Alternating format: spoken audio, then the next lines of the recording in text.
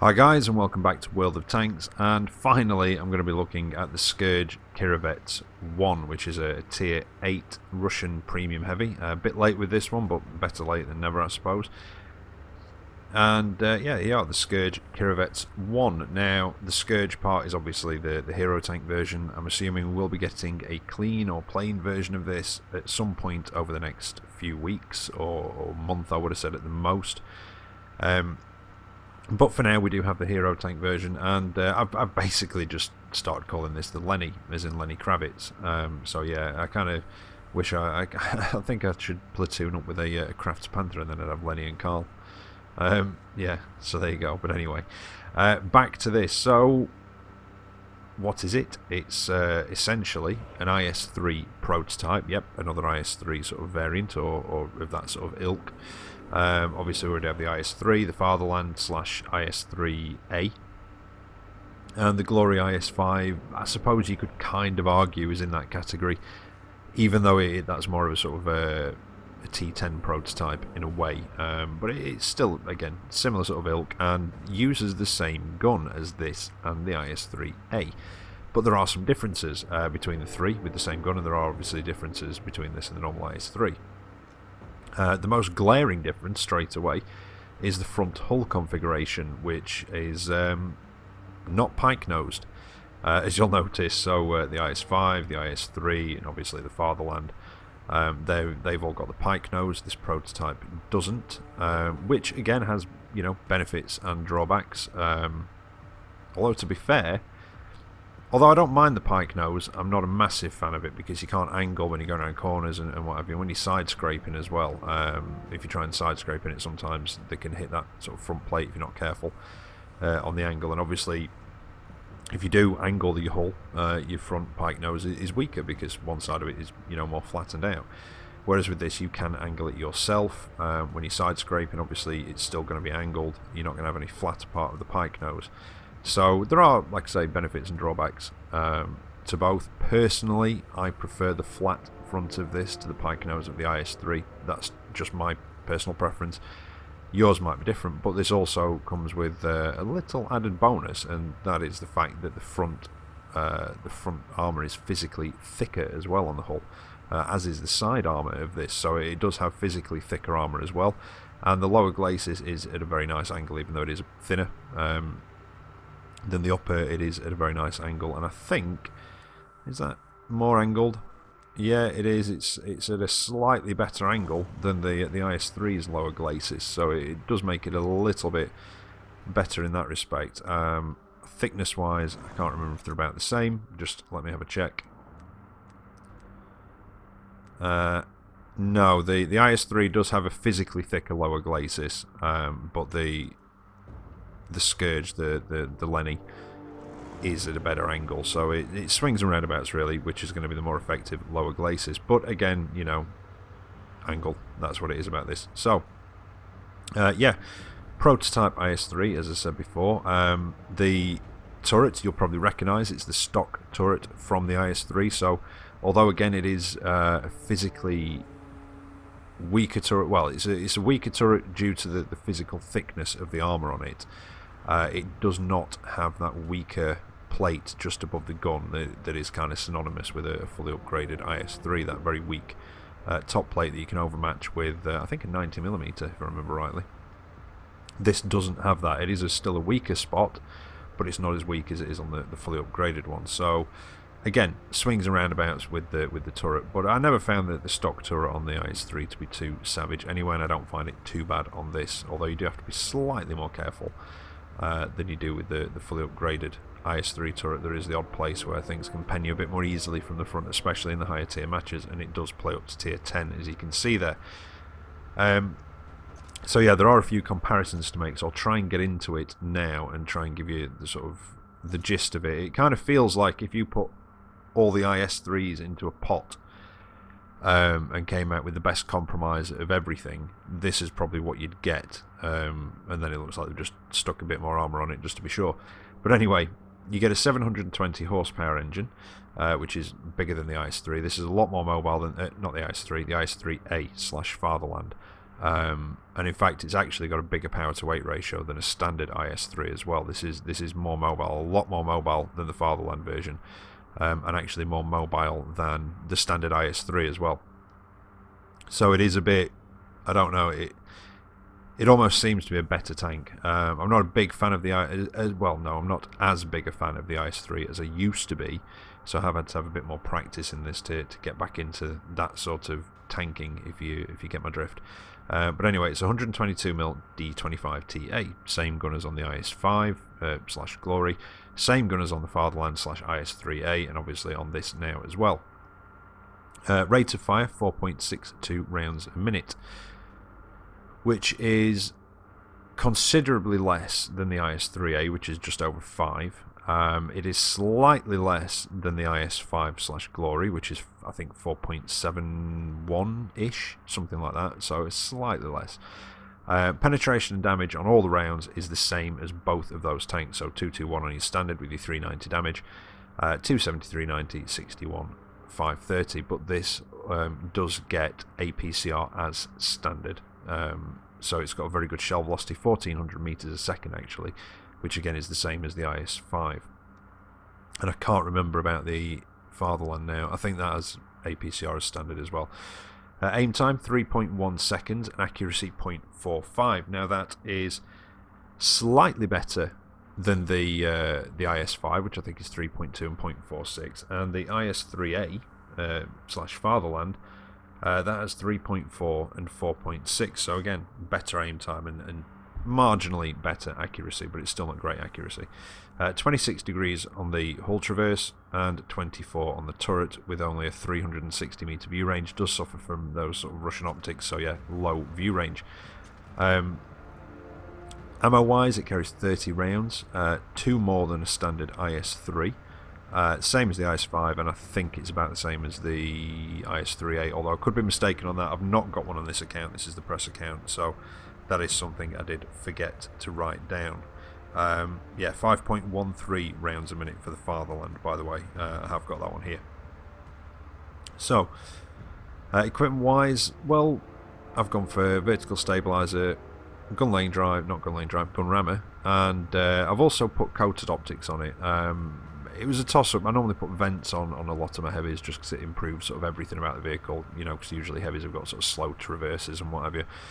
I went for coated optics on this because of the view range being quite poor as it is. I mean, if we check the IS-3, I think that gets 350, so it's even got 10 meters more than an IS-3, a Tech Tree IS-3. So yeah, it's kind of getting better in one respect, worse in another, because it is appearing a bit more pay to win than I first anticipated, to be honest. It's not got the accuracy of the BL9 though, as you can see there, which is 0.40, and the BL9 does have slightly more penetration, but it has a worse aiming time. So yeah, I know I've said it before, say it again. Swings and roundabouts, but in a way, I don't know.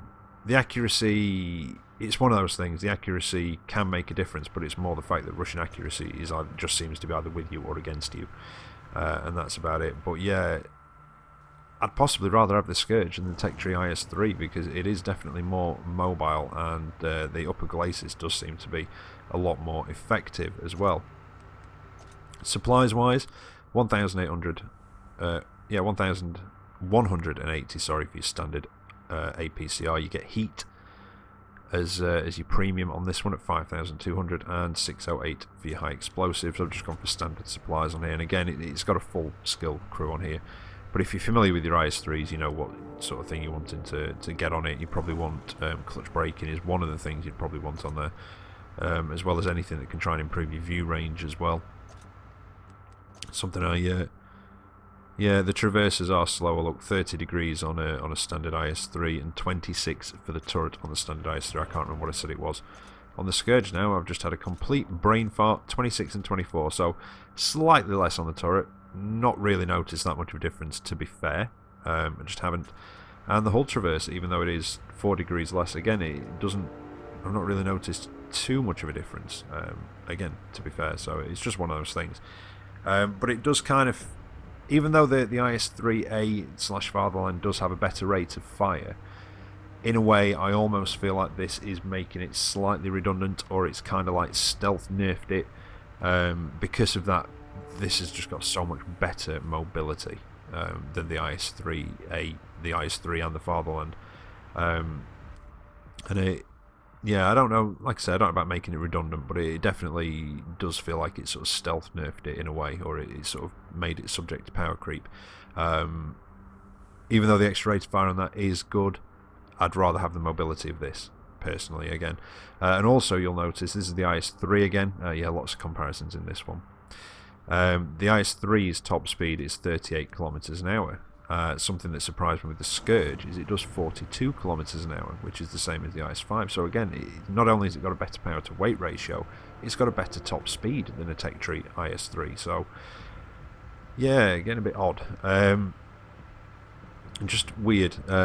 Premiums generally were supposed to be sort of in between a stock and a fully upgraded sort of Tech Tree equivalent, and recently we seem to have been seeing premiums coming in that are better than a fully upgraded Tech Tree equivalent in one way or another, or just sort of generally on the whole, sort of, you know, when everything's put together, it works out better. So yeah, it's looking a little bit odd, and that's creeping more and more towards sort of being dangerously close to pay to win. I wouldn't even blame some people calling this pay to win, this tank, in a way, with it being sort of having so many things better than a Tech Tree IS-3, and that's a fully upgraded one as well at that. So let's get into some of these. Engine wise, well, at 720 horsepower actually translates to a power to weight ratio of 15.16 horsepower per ton, which is better than I think the 14.2-ish that you get on a normal IS-3. So yeah, it does definitely feel more nimble, and especially because it's got better ground resistances as well on top of that. So yeah, the list of what it's got better than the Tech Tree version just keeps growing. 20 in reverse, 15% chance of fire, engines in the standard place, as you can see there. The gun itself, well, accuracy, as I said, 100 meters, 0.45, so not brilliant. I've not compared the other stats with the moving tank or the rotating turret. I just haven't done yet. I'm already throwing enough numbers and figures and crap at you, so yeah, I'll leave that one. 1550 hit points, by the way, which I think is the same as the Tech Tree one. It's still a good amount of hit points, even if it's slightly less.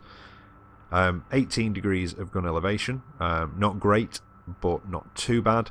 Again, pretty standard sort of Russian kind of stuff with the elevation and depression, which is -5 degrees, so yeah, pretty poor on that, to be honest.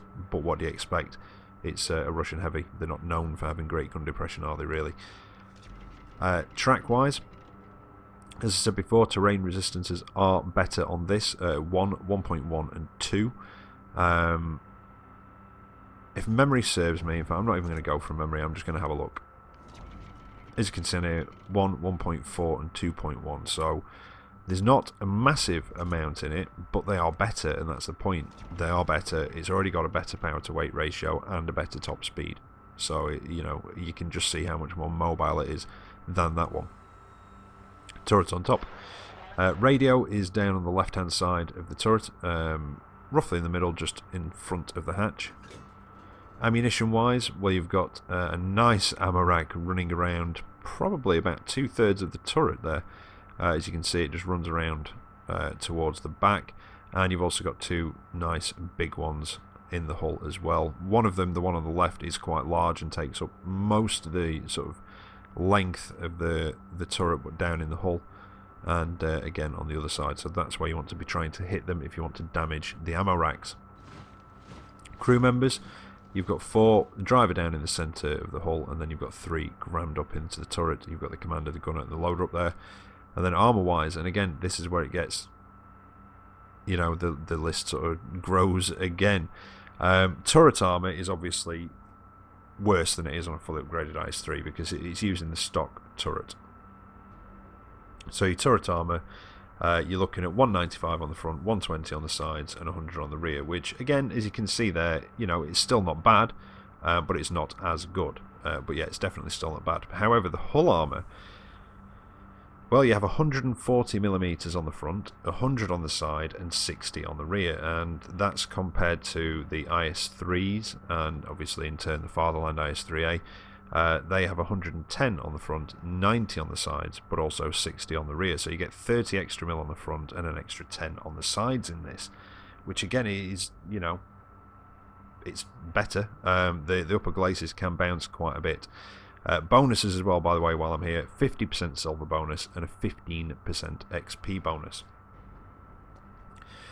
But let's have a quick look at the actual armor profile. The turret, I'm not going to go into too much detail. You've probably seen and come up against, well, you more than likely have, seen and come up against IS-3s with the stock turret, so you kind of know where to hit them if you want to get through the turret of that. A couple of tips, obviously, you've got your hatches. There is that small strip just underneath the turret there, as you can see, but there is a bit of a thicker bit of the turret ring just where it joins the hull, but that is still slightly weaker. But again, you know, it is the weaker turret. You're probably going to know where to pen it, so I'm not going to go and look too much at the actual turret itself. We'll have a little bit more of a look at the hull. So 1 to 20, or 1 to 21 should I say, is that the rear? Nope. No, the rear don't fall into that one. So you've got your tracks, which obviously act as spaced armour. You've also got those big, thick, and they are quite large strips of spaced armour down the side, which is very, you know, customary on the sort of IS-3s and sort of various Russian tanks above that as well. So you do have quite a large area of spaced armour on the side there, with just a thin strip above it. So I've had that eat quite a few shells, to be honest with you. 21 to 30, well, it's on the turret, so we're going to sort of ignore that a little bit. 31 to 51, that's your slightly weaker plate above, but as I said before, not as weak as it is on the standard IS-3. 51 to 71, here we go, so that's your 60mm for the rear, which is your upper and lower glacis, but you'll notice those two rectangles there. They do actually have bits of spare track on them that do act as slightly thicker armour, which falls into this bracket, 71 to 90, so you can see there, they're the two extra little bits of track. The thin strips above the spaced armour on the side, try and get it so you can see it, just there, look. That's 71 to 90, and behind the spaced armour it is 71 to 90, but it is very, very well angled, so if it gets through the spaced armour, it's got some very well angled armour to try and get through there, so the effective thickness of that, I'm not sure of the exact figure, but it is, you know, considerably more than what it's actually showing in that sort of bracket. The front lower glacis also falls into that category, but as I said before, it's got quite a decent back slope to it. Now, 91 to 120. They are your lower sides, so you know it is quite tough from the side, really. I mean, you've got your spaced armour, then you've got that very well angled armour behind it, and then behind the tracks you've got actually physically thick armour and the tracks to get through as well, which, you know, can act as spaced armour. So the hull of this thing is pretty tough, to be honest. 121 to 161, well, that's your 140 for your upper glacis, and it does show all over. Interestingly enough, there are two bits of spare track on the upper glacis. They do not act as thicker armour, but the ones on the rear do for some bizarre reason. And again, this is what I've said before about consistency. We either need all sort of spare track and sandbags to act as extra armour, or none at all. Otherwise, you're going to have to basically sit and figure out which tanks it acts as extra armour on and which doesn't, so you know where and where, you know, where you can shoot, where you should avoid, etc. So yeah, just a nice solid 140 over the front there. Oh, and also, something I did forget to mention, the spaced armour does actually cover those corners there, as you can see. So it does cover that, it's not just at the side, it covers those corner bits there as well. And I think that's about it, really. Yeah, that's it for the hull. The turret, as I said, you've seen these turrets, you've come up against these turrets, you'll know where to hit them, to pen them in whatever tank you're in. So yeah, I'm not going to go too much into that. And that's about it, really. Oh, concealment, 0.13 stationary, and as you can see there, 0.08 on the move. So yeah, it's a tougher, you know, hull-wise, it's a tougher IS-3, and it's more mobile as well. But let's get into the gameplay and see how it actually handles. So here we are for the first of the replays. These are both tier 9 matches. Had some odd matchmaking today. In fact, I don't think I've been top tier in it once. But I have got games. I mean, these are both from today. I have got games in this sort of from over the last couple of weeks. But as I think I've said before, and I probably said it earlier as well in this video, I needed to kind of get back into practice with this type, this style of tank and what have you. And it did take me a little bit, and although I have got a few games from over the last couple of weeks in it, they were pretty poor, to be honest. So these are the better two that I've got in this. But at least you'll be able to get an idea for it and a feel for it. And if you're more used to the IS-3 sort of type of tanks than I am at the moment, you'll probably have much better games in it. But this, it kind of does, you know, the accuracy, you can see that come into play a little bit in this, in the bad way, you know, with it being sort of worse accuracy. And that really, I mean, the turret armour, like I say, I've not really noticed a difference between the turret armour on this and on the fully upgraded IS-3, but, you know, on the other hand, I've not been in the IS-3 for a long time. And I would say the main, or probably the only thing personally that I think the Tech Tree IS-3 has over this is that accuracy, that, you know, the .40 as opposed to the .45. But if you get close enough with this, again, accuracy doesn't really come into play once you sort of close up. I can't really get too close in this one because, as I said before, it is a bit of a tier 9 match. But I mean, in sort of, I'll try and draw a bit of a conclusion sort of now, and then sort of go on about the gameplay a bit more. And generally, I think my conclusion with this is that it's a decent tank. It is a decent tank. It's not going to be for everybody because not everybody likes this style of tank, or this kind of gameplay that this tank sort of is suited for. You know, some people prefer mediums, lights, etc. So, you know, it's not going to be for everybody. But it is a decent tank, and I kind of like it. I don't think it's one that I'm going to add to my collection, and that is simply because I'm not too fussed about playing this type of tank anymore, really, overly much. I used to be, you know, when I was first sort of getting into the game. Now, there's other heavy tanks that I prefer to these ones, these Russian ones, and but most of the time I'm enjoying mediums a lot more, and I've sort of got into my groove a bit more with mediums and light tanks rather than some of the heavies. I mean, heavies, I do like the Tiger II, I like the T-29 and the American heavies. I'm not so fussed, as I said before, about most of the Russian ones, although, having said that, I do, you know, still kind of enjoy the KV-4. But I'm not really fussed about the IS-3. T-10 I don't particularly like. I'm not saying it's a bad tank, I just don't particularly like it myself, personally. But yeah, so that'd be the only reason that I wouldn't add this to my collection, is just because I'm not fussed about this sort of IS-3 kind of gameplay and what have you, or the IS-3 tanks in general, sort of their ilk. But yeah, it's a decent tank. If you like that thing, you're gonna really, if you like the IS-3 or the Fatherland, you're probably going to enjoy this quite a bit. That, as I said in the garage, that upper glacis is quite tough, and even the sides of the tank can be quite tough as well, definitely to the lower tiered stuff, and occasionally some of the stuff that's sort of same tier, and the odd high tier that I've had that's kind of got eaten up a little bit by those side bits, but it is not guaranteed. But, you know, against anything lower tier, you're fairly confident in the sides of your tank to give you a bit of leeway. Not so much to block every shot, but just to give you that bit of leeway. So yeah, decent tank, but on the flip side of that, it does kind of give me a slightly worrying, sort of worried feeling, because it can be considered, or you know, it can be argued that this is on the whole better, or considerably better in some respects, than the fully upgraded Tech Tree IS-3. And it's not the only premium tank we've had recently that, you know, could be argued is better than a fully upgraded Tech Tree equivalent.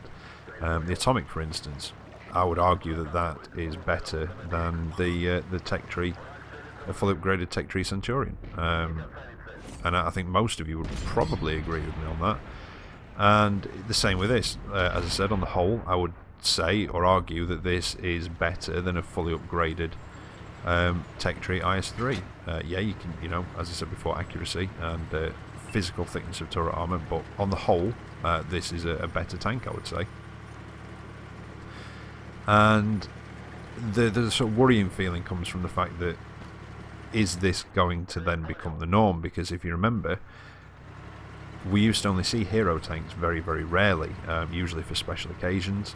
and then we started seeing them a bit more often and more regularly, and now it's the norm, or it seems to be the norm, that for just about every new tank that it is released onto console, we get a hero version first, and that's how it sort of went. And with the fact that we have had a few premiums recently that have been sort of better than the tech tree ones, I'm just hoping that this isn't going to then become the norm, that the premium tanks that come out are all sort of going to be better than fully upgraded tech tree equivalents, because then it really is heading towards a sort of pay to win kind of game, and that's not really what we want.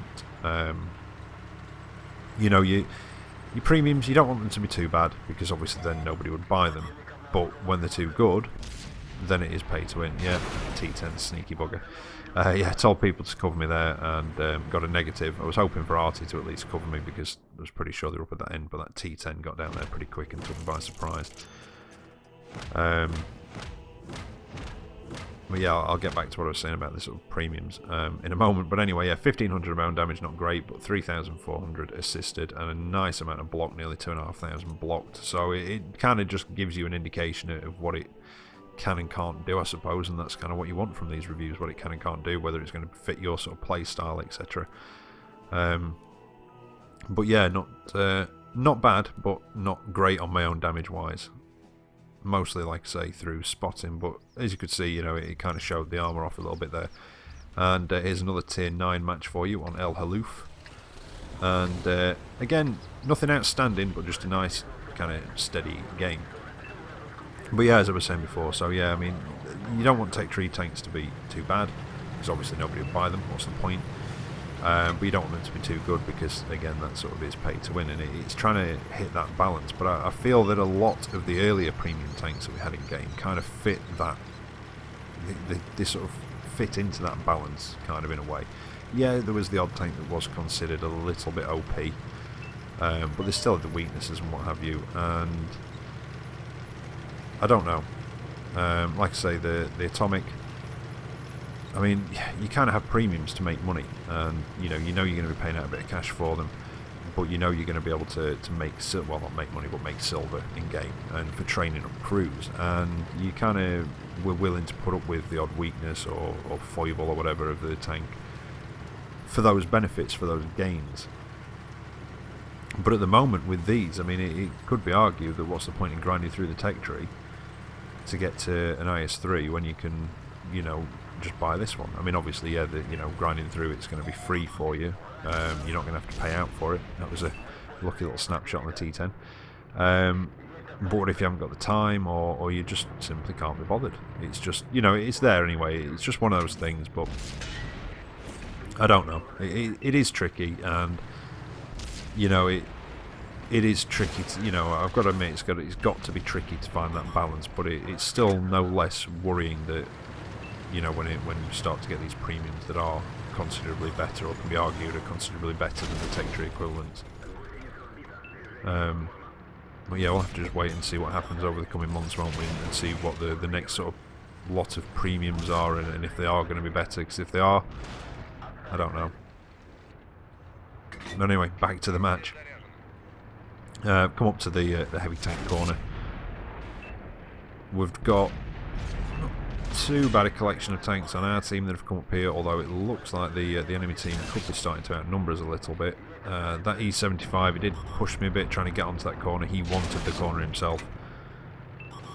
Caused me to take a hit, but then he's taken plenty himself as well. Or he seemed to want to take that corner for himself anyway. And there's an Alpine Tiger doing a very good job of side scraping off there, actually. And oh, I'm not sure what colour that tracer was. I'm trying to see if he's using his standard ammo, or if he's going to be using his premium. I managed to finally hit him on that corner, which is what I was aiming for. And again, that's something with this that I've not had the opportunity really to put to the test, or I've not paid attention when I have. But when you're side scraping, as you saw in the garage, the corner of the tank above the track, a considerable portion of it, which is, you know, what I was looking at, the same sort of equivalent of the hull as what I was looking at and hit and penned on that Alpine Tiger, is spaced armour on this. So that could be quite interesting for side scraping, but it's something I've not had a chance to put to the test yet. Now, I backed off from that corner a little bit because I just felt that I wasn't being particularly effective there. That a couple of guys, well, the guys that were there would be able to handle what was there, and you know, the T30 in the end didn't seem to be in any trouble at all, which is what I come around here to try and help him out a little bit. He didn't particularly, yeah, I think I just saw a heat tracer coming in there. That was probably that Alpine Tiger. Yeah, it looked on the map as though he may get into a spot of bother, because I know T30s have a long reload. I've got one myself. So that's why I popped around, but as it turned out, he wasn't in any particular trouble, it seems.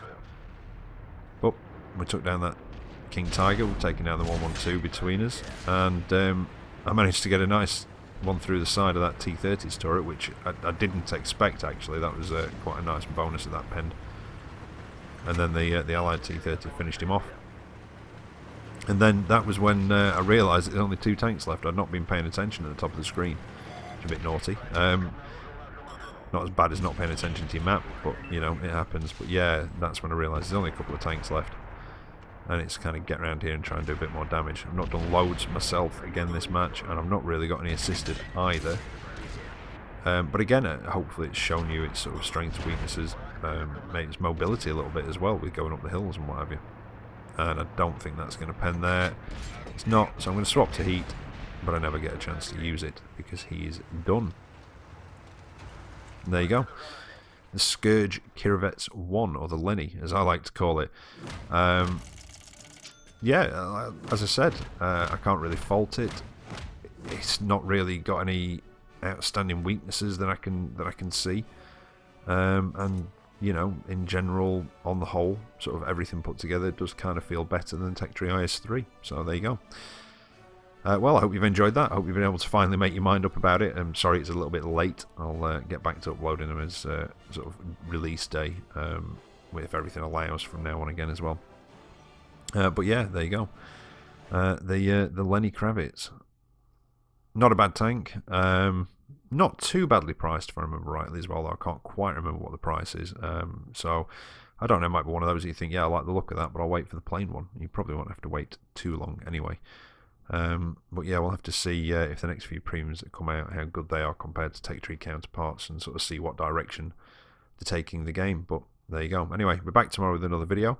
So until then, take care out there, and I'll catch you next time. See you later.